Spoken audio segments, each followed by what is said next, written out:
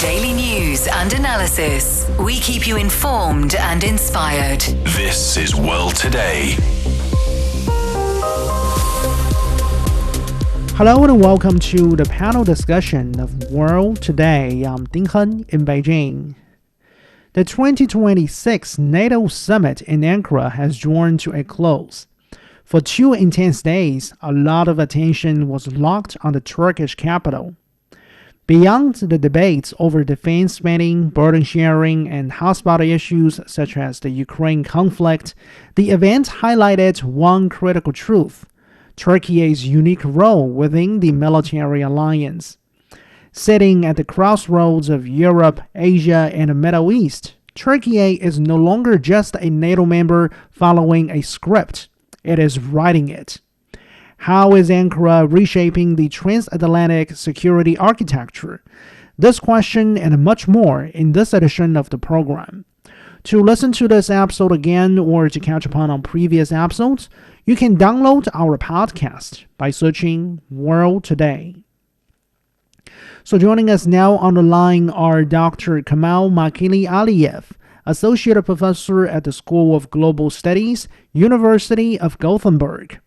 Dr. Huseyin Bagci, Professor of International Relations at the Middle East Technical University in Ankara, and Dr. Mher Sahakyan, Director of China-Eurasia Council for Political and Strategic Research. So, thank you very much for joining us, gentlemen. Kamal, to start with you, what is your general impression or takeaway from the way in which Turkey hosted this year's NATO Summit? Thank you very much for having me, and thank you very much for the question. I think my general impression about the hosting of the summit that Turkey came this time around to this event as another milestone as a geopolitical middle power that is trying to reassert itself in a very difficult, let's say, geopolitical situation that is unraveling right now in the world. We are seeing pressures on Turkey from different directions geopolitically. Of course, there is a situation in the Middle East, the conflict around Iran. This is one of the major pressures, but there is also a broader and longer-running conflict between Israel and Palestine. We're also seeing the challenges produced by the war in Ukraine, and this puts a pressure in terms of the Black Sea region. We see tensions in the Mediterranean Sea. So the geopolitical and security situation for Turkey is quite complex and complicated. And being a NATO member, being NATO's eastern flank, is also contributing to that. And the security perceptions and the security challenges for the NATO are, of course, in this kind of geopolitically tense world, cannot be ignored by Turkey. And hosting the NATO summit at this point, I would say, is a very big milestone for Turkey. You need to wrap your hand even around bringing 32 leaders of NATO into Ankara, where Turkey tried to showcase both its strategic geography, and its growing defense industrial capabilities. Ankara, on this occasion, try to facilitate alliance discussions and promote the defense sector, not only of its own country, but of its partners, and emphasize its role as a bridge, between Europe and the Black Sea, the Middle East, and the Caucasus. I think one thing that is equally important is what didn't happen, and there have been concerns that the disagreements, particularly involving President Trump, on defense spending, regional issues, they could overshadow the meeting. But, instead, while the tensions were certainly felt beneath the surface, they were managed effectively, and I don't think the summit produced any kind of negative outcomes, and the public crisis was avoided. Yeah. Okay. Professor Bagci, going to you. The Ankara Summit has been described as a NATO 3.0 meeting. This term was actually first put forward by U.S. defense officials as they call upon Europeans to pay more for their own defense and slim NATO's activities down to some core tasks. But before the summit, Turkish Foreign Minister Hakan Fidan said the meeting would define and approve NATO 3.0. In your understanding, why has Turkey accepted this particular term, and what is Ankara's vision for NATO 3.0? First of all, the Ankara summit, I was participating there anyway, was very interesting and successful at the end of the day because there are no decisions which disappointed neither Turkey nor other NATO members. NATO 3.0 means actually that at the moment NATO is evolving to a different structure. Not that many people expected that the transatlantic fracture would be widened. On the contrary, the decisions of the summit proved once again that Article 5 is still valid. Defense industry will be very important for the NATO's new security architecture, and Turkey is just there, not only as an organizer of the conference, but also to bring even Donald Trump to Ankara. He was hesitant before, as you know, to participate in NATO meetings, and now it was considered also a success that the number one of NATO comes, and NATO is not anymore that institution. On the contrary, it is now moving into a much more broader global organization with the great defense industrial developments. And Turkey plays exactly now here, as the previous speaker Kamal indicated.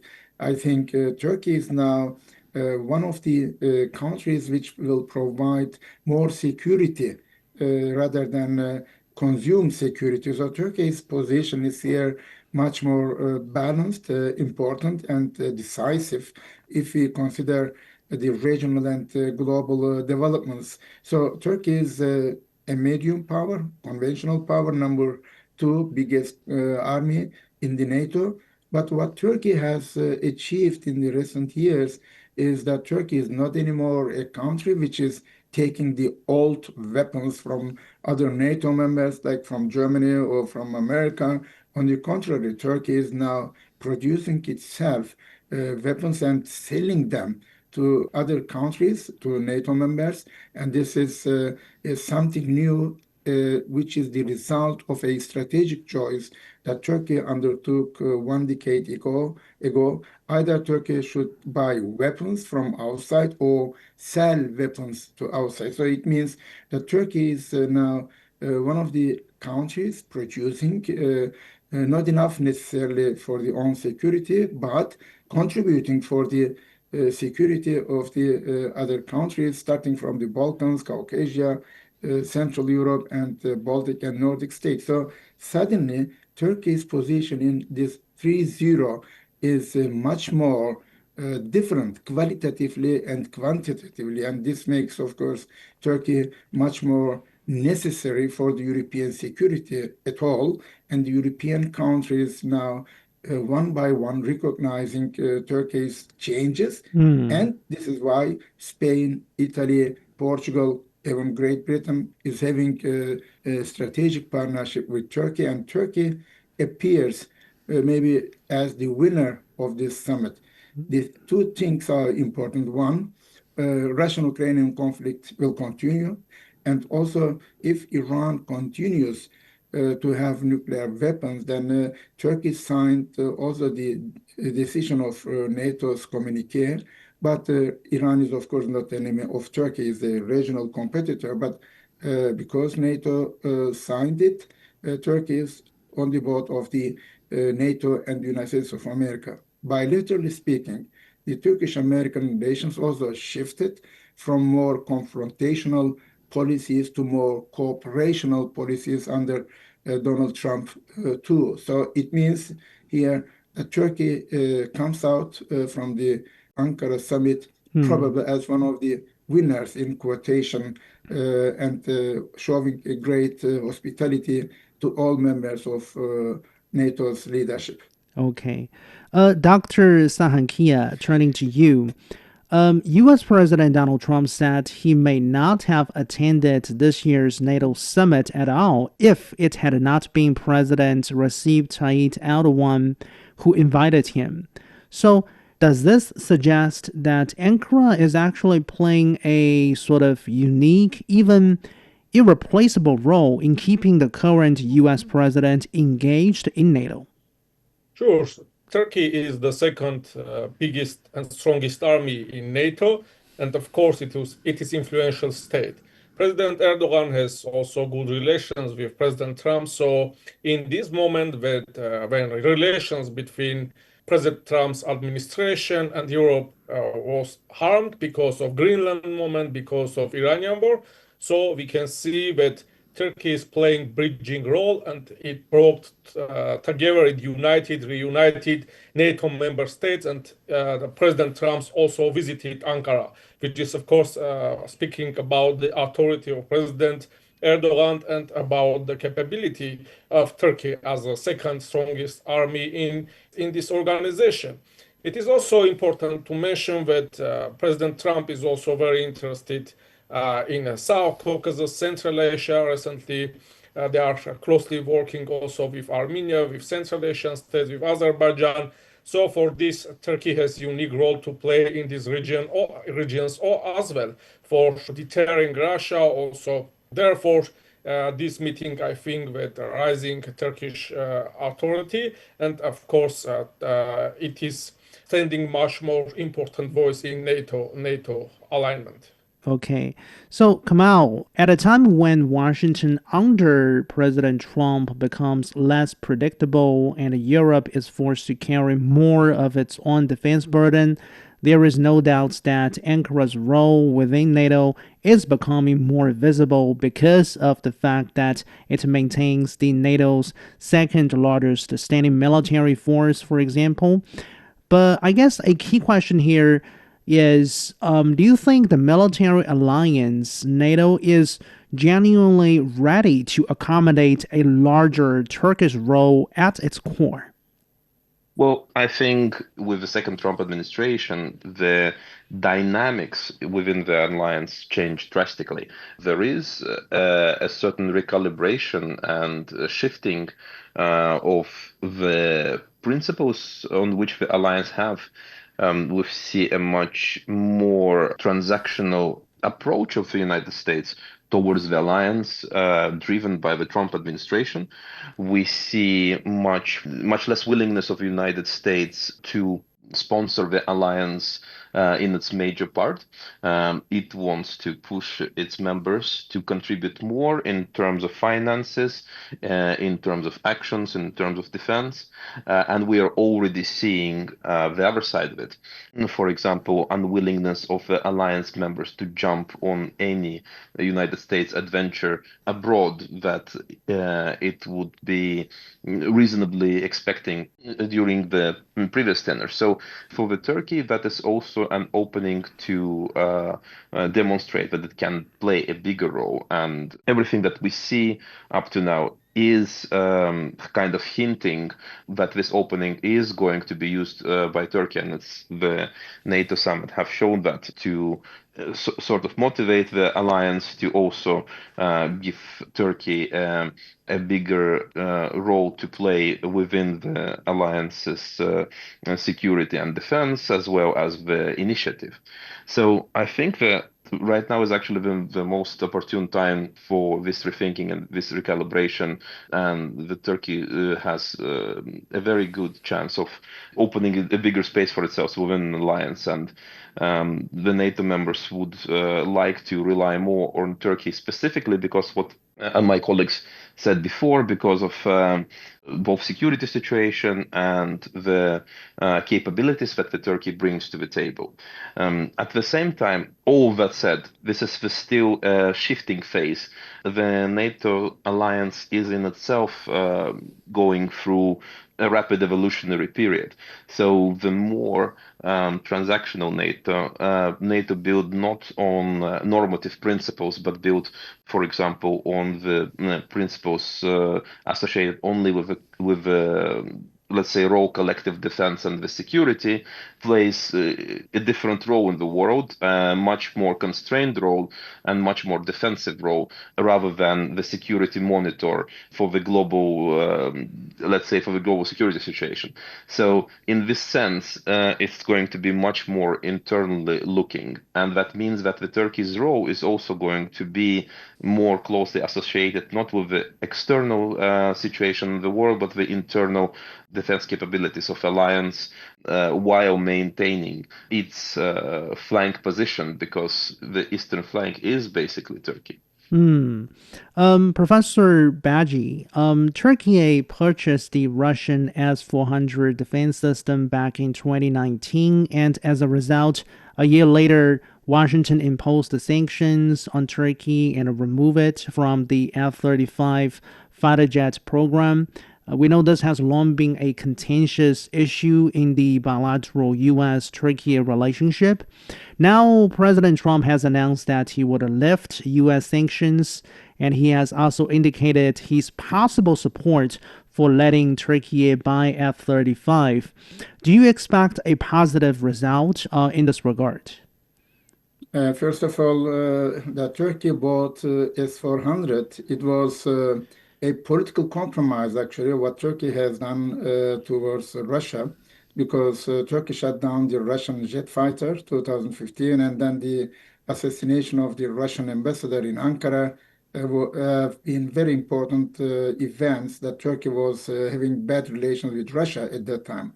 That the Americans also discussed the sanctions, and also that Turkey was kicked out from F-35 program after Turkey bought this S-400s, which are not used anyway so far, and is very difficult also to deploy because it does not fit to the NATO's mechanisms. But I may say in the first term of Donald Trump, the Turkish-American relations have been very constrained. We call it the worst decade of Turkish-American relations in those years in the history. And that Turkey was kicked out from F-35 program was also like a shock in Turkey. But sanctions have been put not because Turkey only bought this, but there were some other countries also facing this American sanctions. And now Donald Trump's visit came as a positive surprise in this case, because sanctions can be removed by the presidential decision. It is much easier to realize than to put Turkey back to F-35 program, although Turkey had already paid $12 billion and got promises to get 6 F-35 jet fighters. The biggest problem is here that Turkey should not be kept out from this technological developments of NATO. Whether Turkey is in need of F-35 or not, this is another military decision, but the fact remains that Turkey is coming back, if you want, in this respect, would be strengthening NATO's defense structures for the coming years. What Turkey does not have is the airspace defense. So this is why before the Patriots were doing this responsibility, and Barack Obama was not providing Turkey Patriots together with the Germans and the Dutch. They were put in Turkey but removed later on. So also it was a very complicated era in Turkish-American and in Turkish-Russian relations. At the same time, Turkey had very constrained relations with two military superpowers, if you want. And now, I do not expect that the F-35 project will be so easy because the Senate has to decide, and we will see the elections in November, what Donald Trump does. If he is winning the majority in the Senate, then it will be much easier, of course, to do this. and all the other NATO members, of course, receive F-35. I do consider this much more prestige buying F-35 for Turkish Army. F-16s and now Eurofighters definitely could help for Turkish defense. But if Turkey gets F-35, it will in total help for NATO's security structure for the future. So yes, in Turkey there is a good atmosphere that cost embargo is going to be lifted, so that Turkey is now again within this NATO structures and can develop its defense industry much faster and integrate, of course, with all these weapon structures. So in the long run, it will be good for Turkey, for Europe, and of course for the United States of America. Dr. Sahakyan, according to some media reports, in order to make a potential F-35 sale to Turkey possible, one solution has gained traction in recent weeks, that is, sending the Russian S-400 system to a third country. What is your thought in this regard? For example, can this idea materialize? Can this arrangement be accepted by the Russian side? And also, I guess there is a bigger question. I mean, some NATO member states are nowadays increasingly see Turkey as a bulwark, let's put it this way, against Russia on the military alliance's southeastern flank. Is this how Turkey positions itself? While Turkey and Russia are long-term competitors in South Caucasus, Central Asia, and in Middle East, we can see that these states are also cooperating. For instance, Russians are building nuclear plant in Turkey, and also Turkey stood one of the main transit hubs for Russian energy resources. Therefore, I think that Turkey also understands that even if this NATO summit was very good, but on the other hand, it needs to keep contact and cooperation with Russian side as well for keeping balance between West and East, and also with the North as well. About S-400 which you have mentioned, I guess that NATO member states will be interested if Turkey send this to Ukraine. But of course, I think that it will bring problem between relations with Russia and Turkey. So the one solution, I think, can be that Russia gets back S-400 because it needs this kind of weapons now in Ukraine. So it can be some kind of solution, but this is not the only problem. There is also another problem in NATO as well, between NATO members. For instance, Greece is not interested, and it is against that this kind of weapons, F-45 or other kind of weapons, will be supplied to Turkey. So once again, even if it was very successful summit for Turkey, but it is not solving all NATO problems, and it is still very divided organization. Kamal, briefly before we're to take a short break, in your understanding, why has Ankara, despite the war in Ukraine, kept its communication channels with Moscow open and has even actively become a key mediator for this ongoing conflict? Well, the mediation is only possible if both sides trust you enough to keep talking. Turkey's position was consistently supporting Ukraine's territorial integrity, and it even supplying military assistance to Ukraine. But it refused to join Western sanctions against Russia and maintain political dialogue with Moscow. And that also allowed Ankara to broker initiatives such as Black Sea Grain Initiative and several prisoners exchanges, etc. And I think there's very much strategic interest behind this approach. Russia is an important partner in energy, trade, tourism, and regional issues such as Syria and the South Caucasus. At the same time, Turkey's long-term security remains firmly anchored to NATO. So I think Ankara concluded that keeping communication open is not a contradiction. It can become a strategic asset. It gives the country diplomatic influence that very few countries possess. I would say my broader takeaway would be that Turkey sees itself not as a neutral actor, but more as a pragmatic intermediary. And by maintaining dialogue with both Ukraine and Russia, it increases its own geopolitical relevance, but also contributes to regional stability. Thank you very much. Let's take a very short break here, and coming back, our discussion will continue. Stay tuned.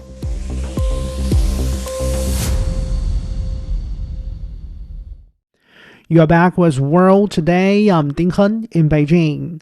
Today we're discussing Turkey's role within NATO, as Ankara has just hosted an annual summit of the military alliance. Joining our panel, Kamal Makili-Aliyev, Associate Professor at the School of Global Studies, University of Gothenburg, Huseyin Bagci, Professor of International Relations at the Middle East Technical University in Ankara, and Dr. Mher Sahakyan, Director of China-Eurasia Council for Political and Strategic Research. Professor Bagci, going back to you, we know during Syria's civil war, Turkey's relationship with the United States deteriorated sharply because of the U.S. support for the Kurdish-led forces in northern Syria.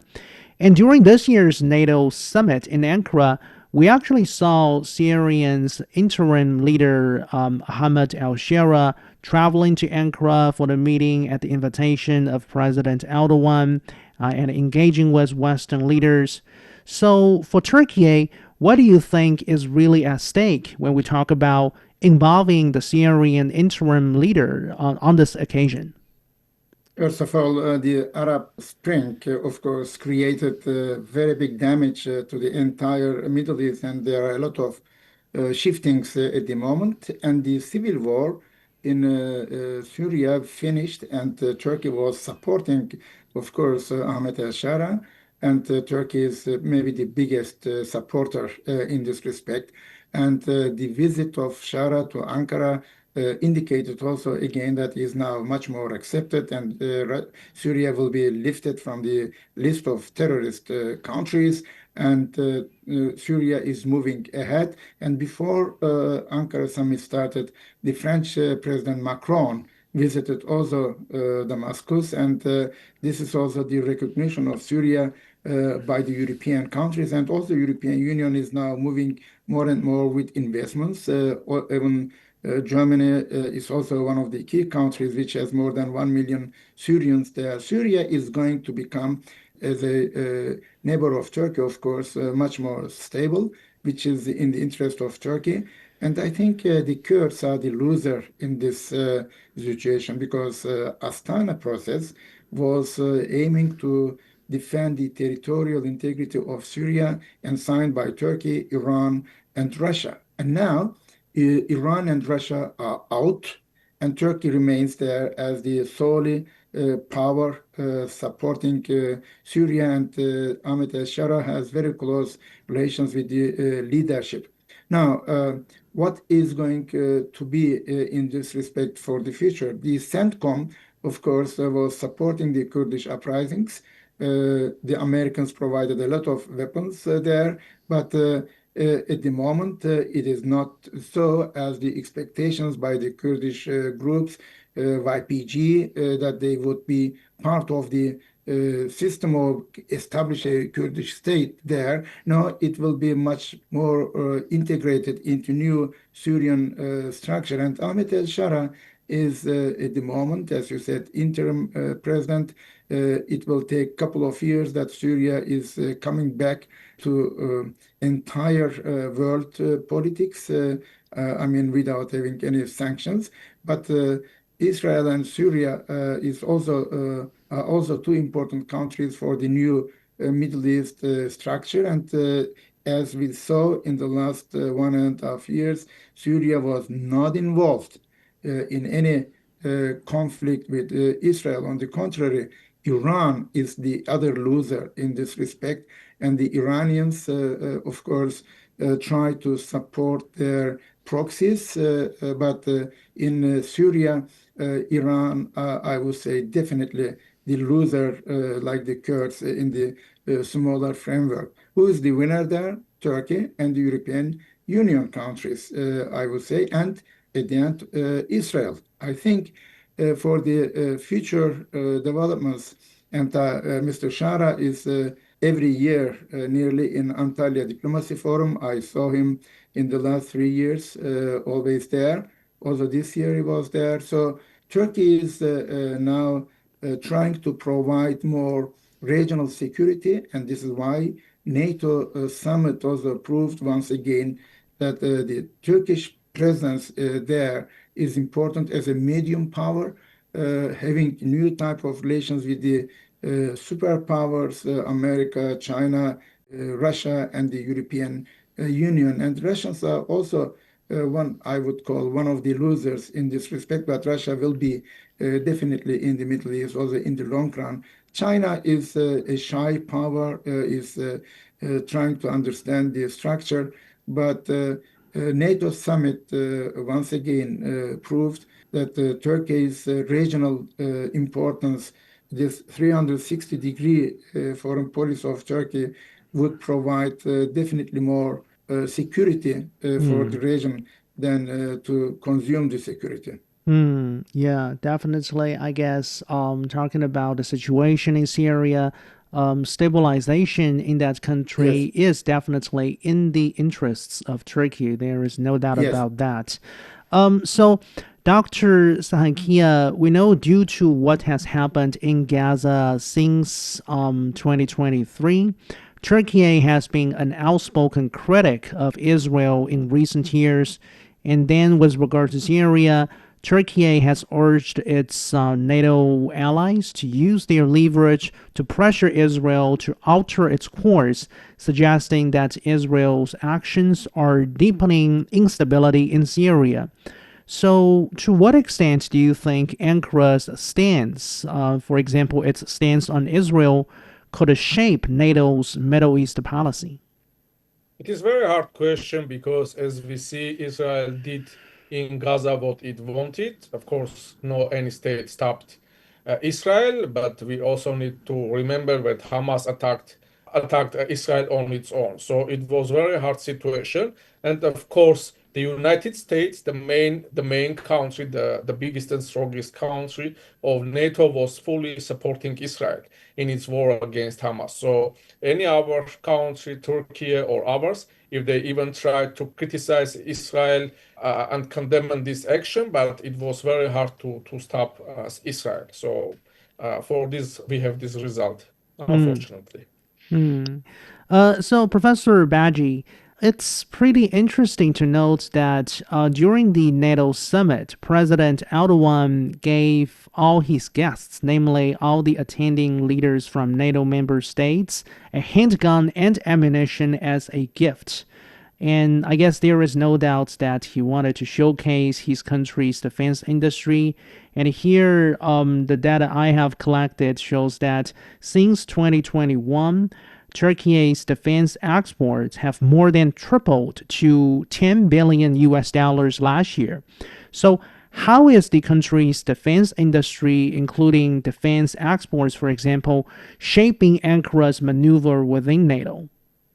Thank you. First of all, this gift of guns was wrong, of course.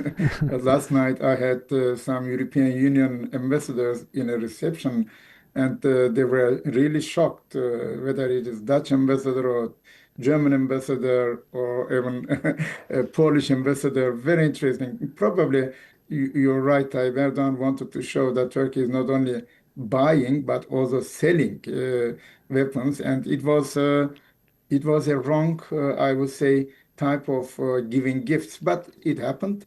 But what is more important, Tayyip Erdogan's decision to invest in defense industry in the last 2 decades was the right strategic decision. And Turkey is selling now, even in the first half of the year, $11 billion export, mostly to European countries, whether it's Poland or Romania or Italy, Spain, name it. It is indeed what makes Turkey at the moment stronger while we have the Russian-Ukrainian war. The Russian-Ukrainian war will not end in the foreseeable future. after now $70 billion support for Ukraine is approved, and next year will be another one. The European countries, most of them, try to keep Ukraine busy there to deal with Russia. I do not expect that at the end of the day, the Americans will not be supporting NATO's future policies, but Donald Trump is the one who speaks to Vladimir Putin, as in Alaska he has done. Turkish president is speaking to President Vladimir Putin, and also the recent visit of Turkish foreign minister, where he met Lavrov and Vladimir Putin in Russia, indicates that Turkey still keeps talking to Vladimir Putin and Russian leadership. Now, the thing is here, will Turkey be in military cooperation with Russia? I don't think so.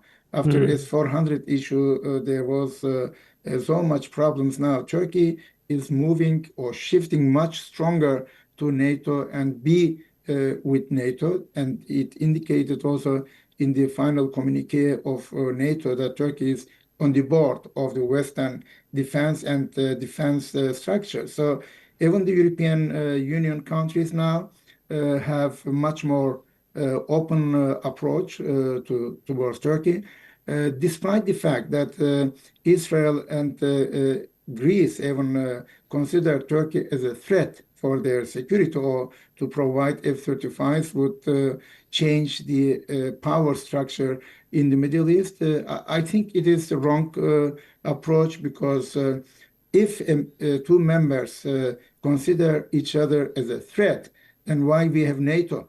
So NATO is there to keep the family together. If there is a family conflict, a quarrel, then it should be solved within the structures of NATO. And so far, after so many years, Turkey and Greece never fought against each other. What the European Union concern, I think the European Union has to change its voting system if the European security architecture should be successful, because the European Union is taking unanimous decision. In the case of Turkey, Greece and Southern Republic of Cyprus would always oppose this. So European Union's grand strategic decisions then will be not effective. So it will be probably a majority voting system in the long run, because Turkey is needed for Europe and Europe is needed for Turkey. So I think for the long run, Turkey's position also towards Russia will not so much change. Turkey will not consider Russia as enemy. It is neighbor in the North Caucasia, in the Black Sea. Yes, it is not easy, of course, now that Turkey's approach to NATO much more stronger than before, but this is the fact, and this is called NATO 3.0. Yeah. Kamal, when we talk about expanding Turkish arms sales to European NATO member states, or, for example, joint weapons production with some European countries, actually, Turkish companies face structural barriers in the European Union, including EU members-only defense initiatives and some wider political resistance towards Turkish weapons, I guess, due to broader diplomatic disputes. So do you see possibility for these barriers to be eradicated in the days ahead? Why or why not? Well, there is a possibility of a gradual change, but it will depend on political conditions. The strategic environment in Europe, as we talked about, it has changed significantly. So many European countries now, they recognize that they need to expand defense production capacity, diversify suppliers, strengthen military capabilities, and that creates opportunities for cooperation with Turkey. However, there are still political obstacles that you mentioned. Some EU members, for example, remain cautious because of disagreements with Ankara on issues such as Eastern Mediterranean, Cyprus, the human rights concerns. Turkey's broader foreign policy approaches also doesn't sit well with some EU member states. We just spoke about the Greece, right? There are also institutional questions about EU defense programs, and who should have access to them. It's a big discussion in the EU. So I think the future is likely to be selective rather than a complete opening for the Turkey. Unfortunately, we may see more bilateral projects, especially where there is a clear strategic interest between Turkey and another European country. But full integration into European Defense Initiative is going to be very much politically sensitive, and so it will take longer time to get there. The larger trend, however, and here I'm more optimistic, is that the security pressures that are pushing Europe towards pragmatism, they're also going to create more opportunities for cooperation in the defense sector with Turkey. And as defense needs grow, so the strategic considerations are going to be increasingly trumping, previous political reservations. So Turkish challenge, I think, will be to convert its industrial success into deeper long-term defense partnerships with Europe. Dr. Sahakyan, some say NATO has a Turkiye paradox. Turkey is militarily valuable, geographically essential, and regionally influential. There is no doubt about these basic facts. When threat perceptions rise, NATO allies rediscover Turkey's strategic value. But when threat perceptions decline, concerns about Turkey's identity and reliability regain force. So, do you agree that there is such a paradox for NATO? There are many paradoxes about this issue. NATO has never been divided as it is now. And of course, when Trump is speaking that he is going to withdraw troops from Europe, Europeans are looking for another alternative choice.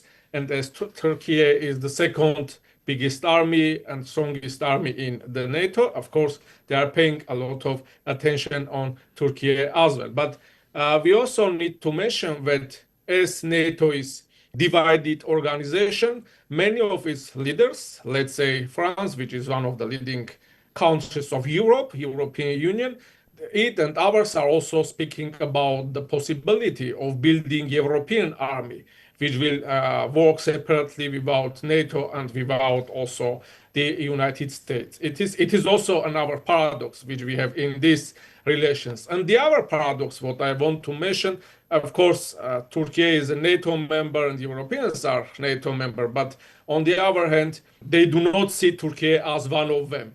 And as an argument, I will bring this example that how many decades Turkey is waiting for its membership in European Union. It is also very interesting. It is also another very interesting paradox, what we need to think about. Yeah. So, Professor Bagci, let me get your perspective regarding this. I mean, in the past, a range of issues, including the Cyprus issue in the 1960s and the 70s, the Gulf War in the early 1990s, and the Western reaction to the 2016 failed coup attempt in Ankara, generated a perception on the part of the Turkish side that NATO expected Turkish contributions to Western security, while at the same time somehow remaining unwilling or reluctant to support Turkey's own vital interests. Do you think such a perception still exists in your country today? Yes, there are some views, but let me put it first, the NATO, the European Union issue. And yes, Turkey is waiting more than 50 years to become a member, and it seems to be very difficult also in the coming years because Turkey is a big country. It's very difficult to digest for the European Union beside the political wrong decisions and developments. But Turkey is not renouncing on the negotiations or relations. We call it strategic patience. We have this saying, yesterday is yesterday, today is today, but tomorrow is another day. You never know what happens in Europe. Nobody has expected that Russian-Ukrainian war would take place, for example. Coming back to 2016 failed coup d'etat. Yes, in Turkey we have mixed feelings. One group of people support, of course, the NATO membership because it is a grand strategic decision of Turkey, and Turkey became member in 1952 to NATO. And so the entire Cold War years, post-Cold War years, Turkey enjoyed the NATO's nuclear umbrella, America's nuclear umbrella. But we had always up and downs and crisis. And it is very troubled partnership, if you want, with the United States of America. But Turkey is one of the member countries of NATO and has the veto right. So this is one of the most important maybe advantages at the moment that Turkey is also preventing the membership of Southern Republic of Cyprus into NATO. So it is a give and take. And I agree, I think Kamal was telling it, the normative power of the European countries is also changing now to be more transactional. Security at the moment is the most important one. Yes, the European countries have the money, including Germany, they have too much money, but the money is now like snow under the sun. Is melting, is getting down. So the Europeans in the next couple of years, if they invest so much money in the defense industry, $1.2 trillion, then the entire social structure, whether it is for the retired people or non-governmental organizations, education, healthcare, will be negatively affected. We have a tendency globally that more and more military race is there. The countries arm themselves, and this is, as Yuval Noah Harari was indicating one of his articles, that every 100 years since 16th century, there is a race of militarization. And of course, the world is getting more weapons than ever in the entire world history. All the technological developments now is moving very fast. The problem is that the countries are not fighting as armies coming each other, but then using more now new structures, new technologies, even AI will be introduced. Cybersecurity is another issue. If we come to Turkey, the question is here, is Turkey relevant for European security? The answer is yes. Will the European elite's perception towards Turkey change in the coming years? Very difficult. They are like stone. They do not move because they consider Turkey as the land of Tayyip Erdogan, but it is not. People are coming and going. The leaderships are coming and going, but the value of Turkey as a geopolitical, geostrategic, and geoeconomic country within this geography, Turkey is a very expensive country in this respect. Turkey is a barrier for the illegal migration. Turkey is trying to facilitate negotiations between the conflicting parties. Grain deal was mentioned, Russia and Ukraine. Imagine 1 second, Turkey is not member of NATO. Then the entire European countries would face much bigger problems than to keep Turkey in the NATO. The Ankara Summit proved once again how for the classical Western security, whether it's for American or for European, Turkey is not a country which you can deny. It is undeniable fact that the Turkish security means security of the West. Dr. Sahakyan, as a NATO member, Turkey, of course, appears to be becoming increasingly important and relevant to European security. But simultaneously, there is also a sign that Ankara's foreign policy is getting more autonomous, increasingly autonomous. For example, it has been a dialogue partner of the Shanghai Cooperation Organization for more than a decade. In 2024, Turkey officially applied to join the BRICS. What do you think this tells us about the direction in which the global order is evolving nowadays? Of course, the part of Turkey is in European Union. It is NATO member, and it wants to stand European Union member. But of course, the biggest part of Turkey, it is in Asia, in West Asia, or as we like to say, in the Middle East. So therefore, for Turkey, it is also... Turkey not in the Middle East. I'm sorry. Okay. Turkey is not a Middle East country. You can call it Near East country, but not Middle East country. We are not in the Middle East. Okay, I can send you maps, and you can see it in these maps. But Turkey is in the Middle East, so Turkey is in the Middle East. Thank you very much. I'm sorry. Yeah, maybe we are reading different maps. Call it West Asia or Middle East. Turkey is also in the Middle East, and of course, it has its own interest in the Middle East. It has own interest in South Caucasus and also in Central Asia.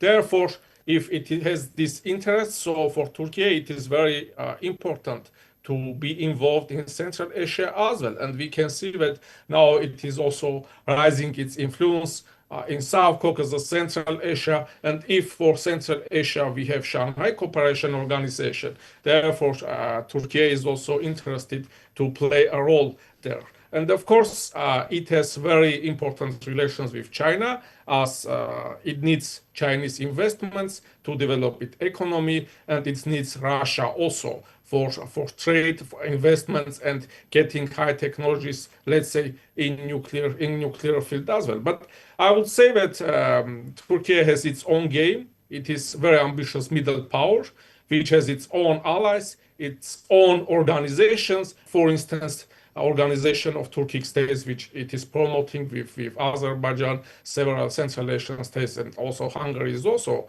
Therefore, I think that this independent state, which has its own interest in different regions of the world, for this in the future, it will try to have much more influence and impact in balance of power in these all regions. So, Kamal, to summarize our discussion briefly, a key reason Turkey joined the NATO in the early 1950s was because the country aspired to become a member of the Western society. What do you think has made Turkey shift from that goal at the time to nowadays positioning itself as a bridge between Asia and Europe, or a bridge between the East and the West? Well, the short answer is Turkey's understanding of its own role has evolved. The longer answer being that, during the Cold War, joining NATO was primarily a security choice for Turkey. It faced the direct Soviet threat, and it saw integration with a Western alliance as an essential for national security and modernization. But after the Cold War, Turkey's strategic environment has changed. Its geography places it in the intersection of Europe, Middle East, and Caucasus, Central Asia, Black Sea, Mediterranean Sea, you name it, right? And I think Ankara increasingly saw this location not only as vulnerability because of so many pressures that we're seeing even playing out right now, but as a very much big opportunity. So this encouraged a foreign policy based on wider engagement, maintaining NATO membership while developing influence in neighboring regions and beyond. And there's also a domestic dimension. Turkish policymakers, increasingly, they emphasize that Turkey is not simply a recipient of Western security, but a regional power with its own interests and capabilities. So I think this evolution is less from, west to east and more from an alignment to an autonomy. And I think Turkey still sees value in the Western partnership, but it wants those partnerships to recognize its growing regional role and independent decision-making capacity, which is quite difficult for some of Turkey's partners. So I think the broader lesson here is that Turkey's trajectory reflects a wider change in the global order as a whole. Middle powers are increasingly seeking, influence by building connections across, different geopolitical spheres rather than choosing only one side. And we've seen this with other countries of a similar scale as well. Saudi Arabia, India are good examples. Well, a big thank you to our panelists. Dr. Kamal Makili-Aliyev joining us from the University of Gothenburg, Professor Huseyin Bagci joining us from the Middle East Technical University in Ankara, and Dr. Mher Sahakyan from the China-Eurasia Council for Political and Strategic Research. That's all the time for this edition of the program. I'm Heng in Beijing. Thank you so much for listening. Bye for now.